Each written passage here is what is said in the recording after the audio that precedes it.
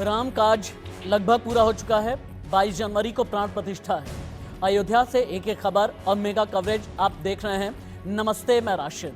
राम का कण-कण, राम का पग-पग, अयोध्या धाम, हनुमानगढ़ी, राम की पैड़ी, जहां रामलला विराजमान है, वहां की रिपोर्ट। और इससे पहले प्रधानमंत्री नरेंद्र मोदी चूंकि एयरपोर्ट का उद्घाटन करने के लिए 2 दिन के बाद पहुंचने वाले हैं अयोध्या धाम। प्रधानमंत्री नरेंद्र मोदी ही नहीं, सिर्फ भारतीय जनता पार्टी ही नहीं, सिर्फ विश्व हिंदू परिषद ही नहीं, बल्कि 140 करोड़ हिंदुस्तानियों के लिए ये संकल्प का समय है। संकल्प का एक ऐसा समय जिसका आज की तारीख में कोई विकल्प नहीं। बिग ब्रेकिंग से कर लेते हैं शुरुआत। अभी की सबसे बड़ी खबर, आज यूपी के सीएम योगी आदित्यनाथ अयोध्या दौरे पर जाने वाले हैं। हनुमानगढ़ी रामलला के दर्शन करेंगे यूपी के सीएम योगी आदित्यनाथ। पीएम मोदी के कार्यक्रम का भी लेंगे जायजा। पीएम के दौरे से पहले तैयारियों का जायजा लेंगे। 30 दिसंबर को पीएम मोदी अयोध्या पहुंचने वाले हैं। पीएम मोदी रेलवे स्टेशन और एयरपोर्ट की सौगात देने वाले हैं। पूरा अयोध्या बदल चुका है, अयोध्या का कायाकल्प हो चुका है। एक एक करके आपको हम दिखाएंगे। भारतीय जनता पार्टी ने जो एनिमेशन भी रिलीज किया है, इसकी भी एक झलक आपको दिखाएं। थोड़ी देर में मेरे साथ में साध्वी रितंभरा भी जुड़ने वाली हैं, उनके पास भी आपको हम लेकर के चलेंगे।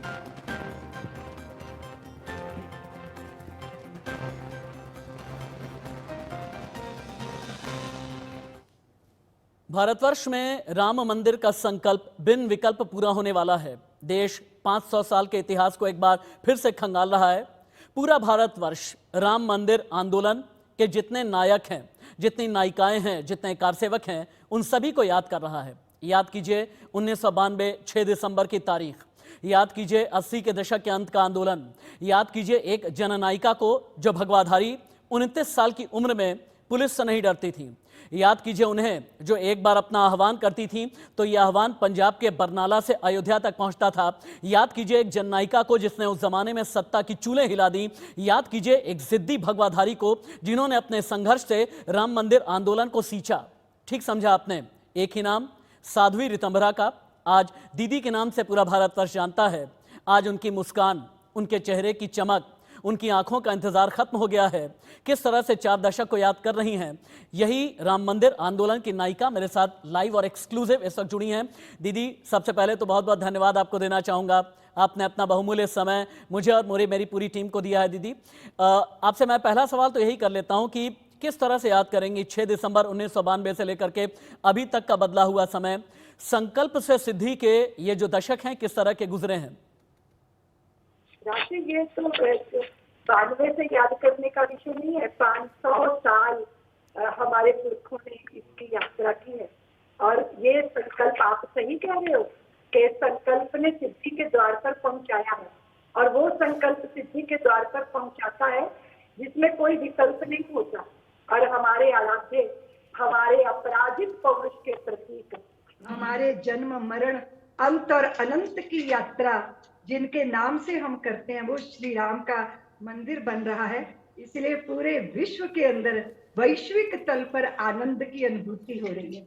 और आपको पता है राशिद, शब्दों को ब्रह्म कहते हैं, पर ब्रह्म शब्द की सामर्थ्य नहीं है कि इस आनंद को कैसे व्यक्त किया जाए। ये हमारी आस्थाएं, हमारी श्रद्धाएं, और सबसे बड़ी बात है भारत की जो मूल प्रकृति है, भारत जो राममय, जैसे बिना राम के आदर्शों का चरमोत्कर्ष कहाँ है और बिना राम के भारत भर में भारतवर्ष कहाँ है। इसलिए वो श्री राम, उनके इतने लंबे वनवास के बाद वो अयोध्या में उनके प्राण प्रतिष्ठा हो रही है, तो हम सब लोग बहुत आह्लादित और आनंदित। दीदी, एक तो आप इतना अद्भुत बोलती हैं ना। मैं राशिद, चूंकि मैं जौनपुर का रहने वाला हूँ, मैंने राम मंदिर आंदोलन का वो दौर देखा है। और जानती हैं मेरे संस्कार वो हैं जहाँ पर हम संपुट भी लगाया करते थे। मेरी माँ का नाम राजेश्वरी शुक्ल है, इसलिए मेरे संस्कार क्या हैं, कैसे हैं, आप सहज ही अंदाज़ा लगा सकती हैं। बहुत अच्छा लग रहा है, बड़ा आनंद आ रहा है आपके साथ बात करने में। दीदी, एक बात और भी बताइएगा आप, कैसी थी वो तारीख 6 दिसंबर 1992 की, जब 29 साल की एक भगवाधारी राम चबूतरे पर बैठी हुई थी और ये इंतज़ार ख़त्म होने वाला था, एक बड़े आंदोलन का वो इंतज़ार, जैसा मैंने बताया, जो अब मूर्त रूप लेने वाला है 22 जनवरी की तारीख को। वो दिन कैसा था? राम चबूतरे पर बैठे हुए कितनी आह्लादित आप थीं? क्या आह्वान आपकी तरफ से किया गया था? ऐसा है राशिद, वो तो वो नियति के द्वारा निश्चित योजना थी और हम नियंता के हाथ की कठपुतली, निमित्त मात्र। गिलहरी जैसा योगदान, जैसे राम सेतु के लिए गिलहरी समर्पित थी, हम लोग राम जन्मभूमि के लिए, और वो चुनौती देती हुई परिस्थितियां और उसके बीच में संकल्प का वो रक्षा कवच और सामर्थ्य, कैसी व्यक्ति की कैसे हो सकती है राशिद? सामर्थ्य, सामर्थ्य तो अज्ञात की होती है, और जब व्यक्ति व्यक्ति नहीं रहता तब फिर वो अज्ञात उस व्यक्ति में उतर आता है। तो अयोध्या के आगे के रास्ते को प्रशस्त करने के लिए 6 दिसंबर वो ऐसा था जिसमें एक कील थी सीने के अंदर, सदियों से कसक रही थी, है ना, लज्जित थी पीढ़ी दर पीढ़ी, जीवन को शाप समझती थी। अगर हमारे आराध्य और हमारी मूल प्रकृति, हमारी अपनी परंपरा मान्यता वो ठोकरें खा रही हो, वो अपमानित हो रही हो, उपेक्षित हो रही हो, हमें हमारी जड़ से ही काटने का प्रयास हो रहा हो और हम कुछ ना कर पा रहे हो, किम कर्तव्य विमूढ़, तो कैसी वेदना होती है। लेकिन जब आवाहन हुआ राम जन्मभूमि के आंदोलन के माध्यम से, तो सबकी सुप्त चेतना जागृत हो गई। और आपको मालूम है राशिद, आप भी जानते हो कि माँ भारती कोई मिट्टी का पिंड नहीं है, ये चिन्मयी सत्ता है, सारे विश्व को शांति और आनंद का प्रसाद देने वाली धरित्री है ये। और इसके मूल जो मंत्र हैं, आध्यात्मिक मंत्र देने वाले, वो महापुरुष हैं।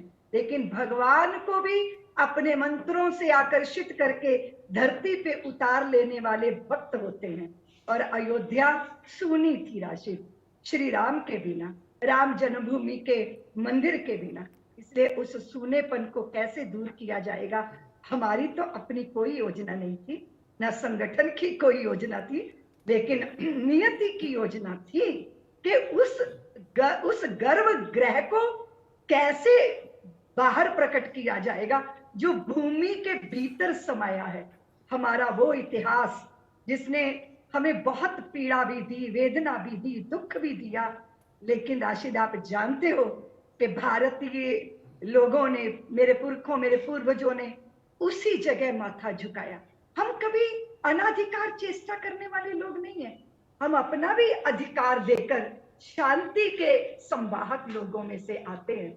लेकिन अपने आराध्य की जन्मभूमि को पराभवी युग के प्रतीक के नीचे दबे देखना तो बहुत कष्टकारी था राशिद। इसीलिए सरयू का जल हाथ में लिया गया, संकल्प धारण किया गया, चित्त में क्रोध था, कोप था, अपनों के प्रति भी बड़ी शिकायत थी। क्यों हम ये चुपचाप झेलते हैं? क्योंकि झेलने से सामने वाले का साहस ज्यादा बढ़ जाता है। लोग कहते हैं ना कि अन्याय करना बुरा है, पर अन्याय को सहना ये भी कहाँ अच्छा है। इसलिए इस भाव के साथ जब सारी जनमेदनी राम सेवक बनकर, कार सेवक बनकर अयोध्या में उमड़ी, तो वो राजी नहीं थी। प्रतीकात्मक जो थी वो वहां कार सेवा होनी थी, लेकिन सबके हृदय में बड़ा आरोप लगाते हैं लोग। लेकिन आक्रोश किस लिए था? 90 का नरसंहार, अयोध्या में अपने पुत्रों के रक्त से गलियां और बीथियां रंगी गई थी, सरयू का जल रक्त से लाल हो गया था, न जाने कितने घर आंगन सूने हो गए थे, न जाने कितनी बहनें अपने भाइयों की कलाई पे राखियां बांधने से वंचित हो गई थी। वो बलिदान, वो उत्सर्ग, वो था चित्त के अंदर। अब नहीं झेलेंगे, अब नहीं सहेंगे। और फिर वो देखते देखते एक एक व्यक्ति के चित्त में जैसे पवन पुत्र जागृत हो गए हों। और फिर आपने देखा है कि राघव के रणंजय हो गए वो, माधव के धनंजय हो गए वो वीर बांकुरे बन गए।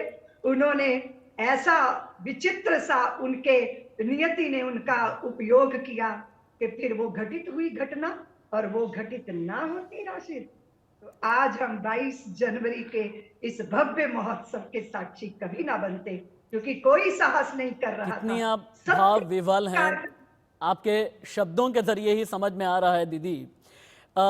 देश एक चीज और भी साध्वी रितंबरा से जानना चाहता है कि पंजाब से निकली हुई 25, 26, 27 साल की भगवा वेशधारी अयोध्या तक का सफर किस तरह से तय किया, और कौन सी वो प्रेरणा थी जिन्होंने आपको इस आंदोलन के साथ में जोड़ा, क्योंकि बहुत बड़े बड़े जननायक रहे जो राम मंदिर आंदोलन के हैं। इनमें कार सेवकों को हम भूल नहीं सकते, स्वर्गीय कल्याण सिंह को हम नहीं भूल सकते, स्वर्गीय अटल बिहारी वाजपेयी को हम नहीं भुला सकते, अटल बिहारी वाजपेयी से लेकर के लाल कृष्ण आडवाणी की रथ यात्रा कभी भी नहीं भूली जा सकती, विनय कटियार जी आपके साथ में रहे, स्वर्गीय अशोक सिंघल जी रहे। विश्व हिंदू परिषद का सन 1984 का यह आंदोलन, इस आंदोलन से जुड़ने की प्रेरणा दीदी को कैसे मिली? परम पूज्य गोलवलकर जी ने विश्व हिंदू परिषद की स्थापना की थी आपको 1964 में, और मेरा जन्म भी 1964 में हुआ। राशिद, मेरा जन्म विश्व हिंदू परिषद के सत संकल्प को पूरा करने के लिए हुआ, ऐसा मैं मानती हूँ। क्या बात है। क्योंकि और ये इसके पीछे संतों का तप था। माननीय अशोक जी, आपने कहा कि एक ऐसा नेतृत्व, आपने देखा बहुत सारे नेता होते हैं जो जनता को चुनौतियों के लिए धकेल देते हैं और स्वयं सुरक्षित रहते हैं, लेकिन माननीय अशोक जी वो व्यक्ति थे जिन्होंने पत्थरों की बौछार अपने माथे पे झेली थी, और रक्त की धार जब उनके माथे से निकली तो उन्होंने तौलिए से इस रक्त की धार को रोकने का प्रयत्न किया, पर अपने कदम पीछे नहीं हटाए। और वो नेतृत्व माननीय अशोक सिंघल जी जैसे एक तपस्वी महापुरुष का नेतृत्व इस आंदोलन को मिला। रामचंद्र परमहंस जी दिगंबर अखाड़ा के महापुरुष, सरकारों ने तो उनको खरीदने के लिए एक महात्मा का ही, तथाकथित महात्मा का उपयोग कर लिया। नोटों का बंडल के बंडल अटैची में भरकर अयोध्या में संतों को खरीदने के लिए उन्होंने चुना किसको? मूर्खों ने चुना रामचंद्र परमहंस जी, जो ना भयभीत होते थे ना प्रलोभित होते थे। संत कभी नोटों से बिक सकते हैं? जिन्होंने राम के लिए अपना तन मन धन सर्वस्व न्यौछावर करके ये अनुभव किया कि जीवन भर का सुवर्ण देकर भी करता मन, दे दूं कुछ और अभी। तन अंगीकार करो, मन स्वीकार करो, लोभ मोह छोह लेकर प्राण निर्विकार करो, प्रतिपल प्रतियाम दूं, सवेरे दूं शाम दूं, जप तप पूजा प्रशमन देकर भी करता मन, दे दूं कुछ और अभी। जो सर्वस्व न्यौछावर करके धन्य होते हैं, उन नोटों से वोटों से नहीं खरीदे जा सकते।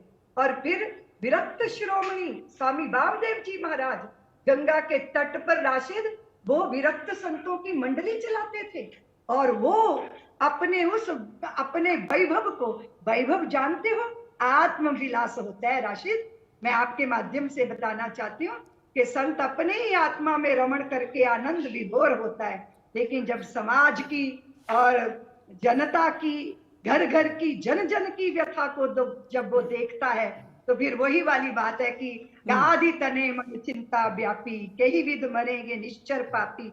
उसी भाव के साथ संत प्रेरित होकर फिर अभी यूपी की जनता जिनकी सेवा पाके धन्य हो रही है, हमारे आदित्यनाथ जी, उनके गुरुदेव महंत वैद्यनाथ जी महाराज, उनको और परमहंस जी को अगर आप देख लेते, वो दोनों मित्रों की ठठोली, तो वहां पे आनंद का वातावरण, देखते देखते समस्याओं के समाधान। फिर मेरे गुरुदेव युग पुरुष स्वामी परमानंद जी महाराज, और हमने नेतृत्व जिनके मार्गदर्शन में काम किया, वो आचार्य गिरिराज किशोर जी। और फिर राशिद, मुझे दुर्गा वाहिनी की जिम्मेदारी मिली, मैं उसकी संयोजिका बनी। और उस जमाने में बहुत बार ऐसा होता थी कि भी अरे जो है बहुत मॉडर्न बच्चे हैं, वो धर्म को समर्पित नहीं हो सकते। और आपको मालूम है, मैंने 50,000 दुर्गाओं का वाहन किया कि हम सब अयोध्या चलेंगे, और सारी तरुणाई, वो चाहे बजरंग देव का स्मरण कर रहे थे युवा। मुझे तो ये भी याद है दीदी कि आप देवी दुर्गा स्वरूपा ही तो उस दौर में बन गई थी। वो वाली कहानी एक बार बताइए ना, कि जब आप खाना खा रही थी, पुलिस वाले आए, आकर के साध्वी रितंबरा से कहा, अरे पुलिस वाले आए हैं, एक नई चमक आपकी आंखों में आ गई, आप जरा भी डरी नहीं, आपने कहा कि एकदम शांत हो जाओ, पहले पूरा खाना खाने दो। खाना खा करके पीछे की दीवार की तरफ गई, दीवार को लगभग 15 फीट ऊंची दीवार थी, उसे लांघ करके आप गई, फिर वहां से आपने पोंटा साहिब तक का पूरा एक सफर तय किया। वहां पर एक बुजुर्ग महिला आपको मिली, और वो बुजुर्ग महिला आपके लिए जीवन भर पार्वती का स्वरूप ही रही। वो कहानी बहुत अच्छी है दीदी। देखिए, मुझे आपसे इस कहानी का सवाल करते हुए ना मेरे रोंगटे खड़े हो गए। एक बार संपूर्ण भारतवर्ष, समूचा भारत उस कहानी को जरूर सुनना चाहेगा, क्योंकि वो राम मंदिर के लिए संघर्ष है। जिस संघर्ष में आपने रक्त रंजित आंदोलन देखा है, जिस संघर्ष में आपने पत्थर खाए हैं, जिस संघर्ष में आपने कार सेवा की है, जिस संघर्ष में आप जननायिका बनी हैं, जिस संघर्ष को 1984 से शुरू करके यहां तक आप लेकर के आई हैं, जिस संघर्ष ने 5 बड़ी सदियां देखी हैं दीदी, वो कहानी बताइए आप। राशिद, वो ऐसी तो बहुत सारी कहानियां हैं जन्मभूमि के आंदोलन में, क्योंकि संगठन ने ये तय किया था कि मुझे गिरफ्तारी नहीं देनी, और हर देश के अंदर कहीं भी मैं भाषण देने जाती थी, जहां भाषण देती थी वहीं एक मुकदमा हो जाता था।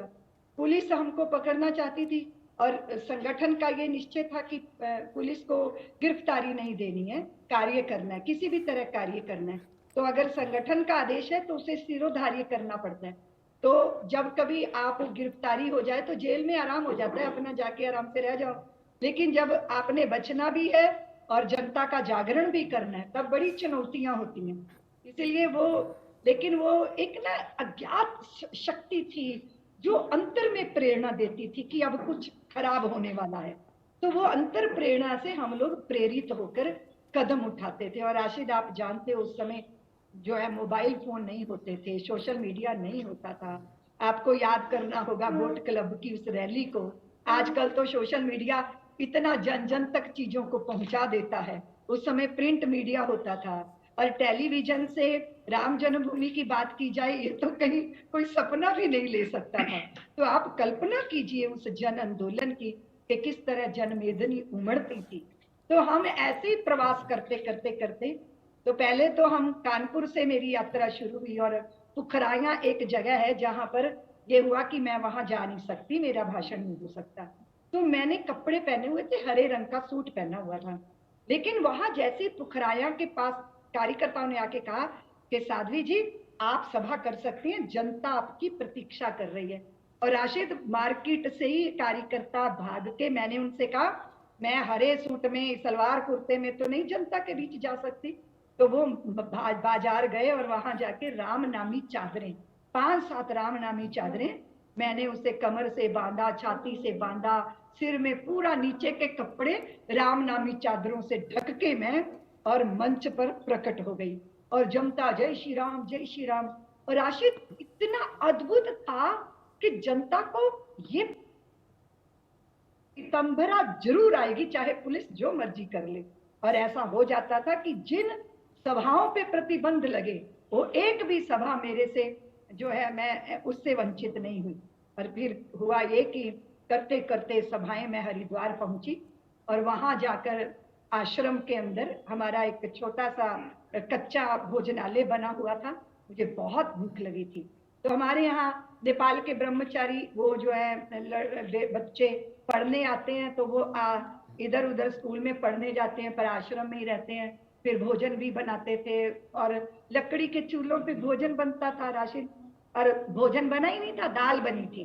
तो मैंने उनसे कहा कि मुझे भूख लगी है, वो बोले खाली दाल बनी है। तो मैंने कहा जाओ दाल लाओ।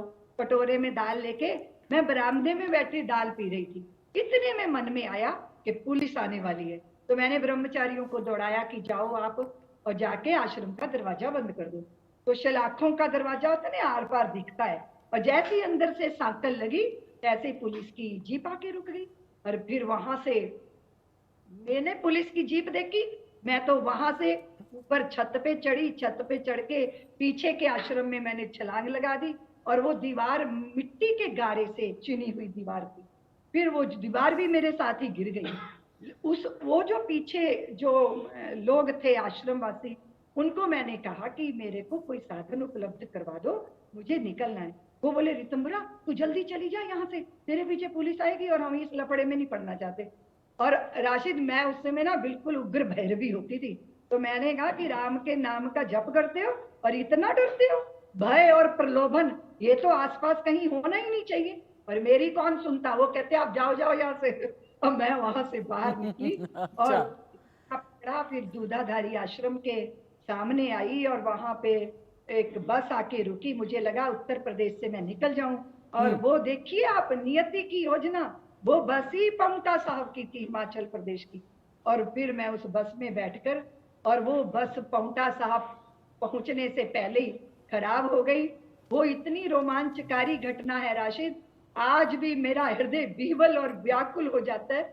मुझे लगता है व्यक्ति व्यक्ति कभी नहीं होता, और व्यक्ति जब अपनी निजता का, हम का त्याग करता है तो उसमें समष्टि उतर आती है, उसमें ईश्वर उतर आते हैं। मैं 25 किलोमीटर पहले एक जंगल में शाम को अकेली लड़की खड़ी हूं, क्योंकि बस खराब हुई, सारे यात्री इधर उधर साधन पकड़ के चले गए, मुझे समझ ही नहीं आया मैं क्या करूं। तब वो एक वृद्धा, जिसके मुख पे झुर्रियों का जाल था, लेकिन आंखों में चमक थी, कमर झुकी हुई और शीश के ऊपर श्वेत जटाएं, और उसने मेरा हाथ पकड़ा, बोले चल रितंभरा। और मैं उनके साथ ऐसे खींचती चली गई राशिद, जैसे पिनहाई गैया के पीछे बछड़ा दौड़ता है, जैसे मंत्र मुग्ध नागराज सपेरे के पीछे चल देते हैं। ऐसी व्याकुलता आकुलता उनके छुअन से मुझे लगा मेरी चित्त चेतना में नव संचार हो गया, और वे जंगल में उसकी कुटिया में मुझे ले गई। रात भर मुझे बाहों में बांधे रही। उनकी वत्सलता, आंखों का आंसुओं का निर्जर, मेरी आंखें ऐसी भीग गई, हृदय धक धक धक धक करने लगा। ऐसे लगा मेरे शरीर में पूरा शरीर रोमांचित हो गया। फिर वो मुझे प्यार करती रही, लाड लड़ाती रही, नन्हे लड्डू गोपाल मुझे दिए, बोले तेरा राम इतना सीधा है रितंभरा, मैं तेरे संघर्ष को जानती हूँ, और तेरे राम कभी अपने अधिकार नहीं जमाएंगे। 14 वर्ष का वनवास मिला तो मुस्कुराते हुए निकल गए, लेकिन तेरे राम का मंदिर है ना, मेरा कन्हैया बनवाएगा, ये टेढ़े मेढ़े काम करना सब जानता है। यूं कह के उन्होंने मुझे लड्डू गोपाल दिए। प्रातः 4 बजे मैं वहां से विदा हुई। उनके स्पर्श ने, उनकी वत्सलता ने, उनके उस पवित्र ममता ने मेरे पूरे आंदोलन की थकावट को छीन लिया राशिद। और फिर उसके बाद आप जानते हो, यही सारी घटनाएं निश्चित करती हैं राशिद कि नहीं हमारा उपयोग किया था नियति ने, मुझ में क्या, मेरे में क्या योग्यता है राशिद। मैं ना विद्वान हूं, ना कुल की कुलीन हूं, ना दीदी मेरे आपकी पास योग्यता मैं बताऊं, आपकी योग्यता मैं बताऊं, 80 के दशक से लेकर के आज तक मैंने आपको देखा, आपकी योग्यता यह है कि आप वात्सल्य से परिपूर्ण हैं, आप वात्सल्य ग्राम चलाती हैं। पहली योग्यता यह है। आपका दिल प्रभु श्री राम के लिए धड़कता है। दूसरी योग्यता यह है। तीसरी योग्यता यह है कि आप बहुत ही हिम्मत वाली हैं, कभी भी आंदोलन से अपने आप को पीछे नहीं खींचा। और सबसे बड़ी बात यह है, आपकी सबसे बड़ी योग्यता यह है कि आप ये कहती हैं कि प्रभु श्री राम तो संपूर्ण भारतवर्ष के हैं, प्रभु श्री राम तो साध्वी रितंभरा के भी हैं और राशिद हाशमी के भी हैं, प्रभु श्री राम तो राम के भी हैं, प्रभु श्री राम तो रहीम के भी हैं। और भावनाओं का ये ज्वार जो फूटा हुआ है, आपके आंसुओं के जरिए हम समझ सकते हैं कि कितनी आह्लादित आप हैं और कितनी जज्बाती इस वक्त आप हो गई हैं। दीदी एक बात और भी पूछना चाहूँगा, जैसा मैंने कहा ना कि आपके मन में तो एक वात्सल्य है, तभी आप वात्सल्य ग्राम चलाती हैं, और आपकी अनुमति से एक बार मैं वात्सल्य ग्राम भी ज़रूर आऊँगा आपसे मिलने के लिए, आपके साथ मैं समय ज़रूर बिताऊँगा, और ठीक वैसे ही दाल वाला भोजन करूँगा मिट्टी के बर्तन में पका हुआ। अच्छा, आपके एक भाई भी हैं दीदी, आपके एक भाई भी हैं जिन्हें आपने कुछ दिन पहले क्या आप लगातार जिन्हें राखी बांधती हैं। आज वो भाई पूरे भारतवर्ष का सबसे काबिल बेटा है। आज उस भाई के संघर्ष की वजह से ही 22 जनवरी को प्राण प्रतिष्ठा होने वाली है। मैं जिस भाई का जिक्र कर रहा हूं आपको बहुत अच्छे से अंदाजा है। जनसंघ से लेकर के भारतीय जनता पार्टी और अटल बिहारी वाजपेयी के वक्त की भारतीय जनता पार्टी से लेकर के अभी तक प्रधानमंत्री नरेंद्र मोदी तक, उस संघर्ष को भी किस तरह आप याद करेंगी। और जिस भाई का मैंने जिक्र किया है वो आपके भाई हैं प्रधानमंत्री श्री नरेंद्र मोदी, उनके बारे में भी कुछ बताएं, और इस पूरे आंदोलन का श्रेय किन किन को आप देती हैं। देखिए राशिद, बहुत सारे सत्ताधीश भारत में हुए, लेकिन भारत की जनता किस तरह राम के साथ जुड़ी हुई है कि राम हमारी मति हमारी गति, राम हमारा धर्म हमारा कर्म, राम ही हमारा सर्वस्व है। उस जनता की भावना को किसी ने नहीं पहचाना, और वो पहचाना श्री लाल कृष्ण आडवाणी ने, अटल बिहारी वाजपेयी ने, और अभी हमारे देश के प्रधानमंत्री नरेंद्र मोदी जी, उनका ये भाग्य है, भगवती ने उनको चुन लिया सारे अधूरे काम पूरे करने के लिए। ये श्रेय उनको प्राप्त हो रहा है, ये उनका तप है, ये जनता के आशीर्वाद है और जनता के प्रति उनकी जो निश्चल भावना है उसका ये सुपरिणाम है कि ये सौभाग्य देश के प्रधानमंत्री नरेंद्र भाई को प्राप्त हो रहा है कि वो राम जन्मभूमि पे भव्य राम मंदिर में प्रभु श्री राम की प्राण प्रतिष्ठा का सौभाग्य अर्जित कर रहे हैं। मैं समझती हूँ राशिद, पूर्व जन्मों के पुण्य कृत्य भी होते हैं, पुरखों के आशीर्वाद भी होते हैं और ईश्वर की योजना भी होती है, नियंता का नियम भी होता है और सबकी जो सौहार्द से भरी भावनाएं हैं। सबसे बड़ी बात क्या होती है? मनसा वाचा कर्मणा राशिद, जो हम कहते हैं वही हम सोचते हैं, वही हम करते हैं, ऐसा व्यक्ति पवित्र होता है और ऐसे ही व्यक्ति के हाथों से पवित्र कार्य होते हैं। राशिद, एक अंतिम सवाल दीदी, आपने बहुमूल्य समय मुझे दिया है और आपकी अनुमति से ही एक अंतिम सवाल मैं करूंगा। जितने भी सनातन धर्म के पालक हैं, जिसमें जितने भी धर्म ध्वजा वाहक हैं इस हिंदुस्तान में, एक सवाल करना चाहते हैं। राम काज पूरा हो गया, लेकिन लड़ाई अभी बाकी है। लड़ाई मथुरा की बाकी है, काशी की बाकी है, जौनपुर के अटाला की बाकी है, पाटन मस्जिद की बाकी है, विदिशा में जो एक और विवादित परिसर है वहाँ की लड़ाई बाकी है, फिर अहमदाबाद की तरफ चले जाएं, अदीना की भी लड़ाई बाकी है। अभी और कितनी लड़ाइयाँ दीदी की पंक्ति में हैं?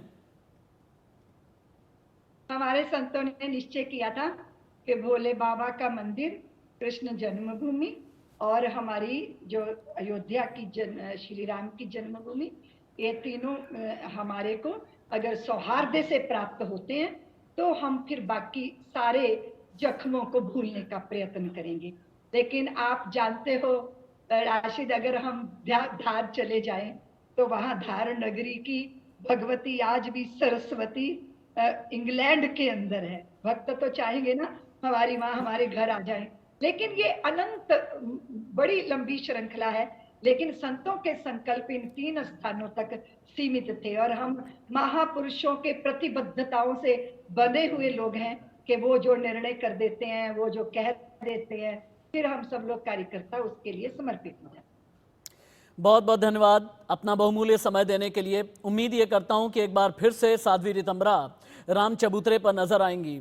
राम चबूतरे पर जब बैठी होंगी तो पीछे पलट करके देखेंगी, 80 के दशक का अंत भी याद करेंगी, 90 के दशक की शुरुआत को भी याद करेंगी, एक बड़े आंदोलन की जो पीड़ा रही उसे लेकर के भी आगे बातचीत होती रहेगी। और दीदी, मेरा आपसे वादा है, मैं वात्सल्य ग्राम आपसे बातचीत करने के लिए जरूर आऊंगा।